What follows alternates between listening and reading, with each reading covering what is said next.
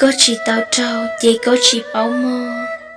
Nếu tươi con thô, có sợ chỉ tao.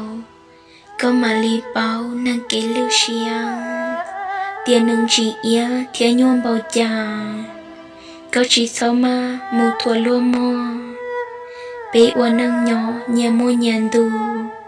Trả cho có nụ, tao kê cho nhẹ. Yo chỉ mua tư, ba trâu có tề. Cho kê nhỏ xia mua bún địa tê.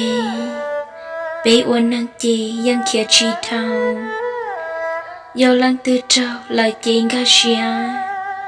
Nó có mua ia, thiết có mua đào. Yo tao ma màn, chê hao kê tao. Có bỏ lô mua, chỉ thao môn chờ. Mà bằng mô, có cho hao kê.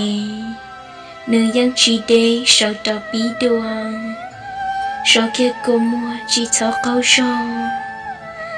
Giờ tia yuan đô, mình chỉ là lò. Đồ sợ trăng lò, mùi chào nắng mô. Lô dỗ thua lô con bầu chà.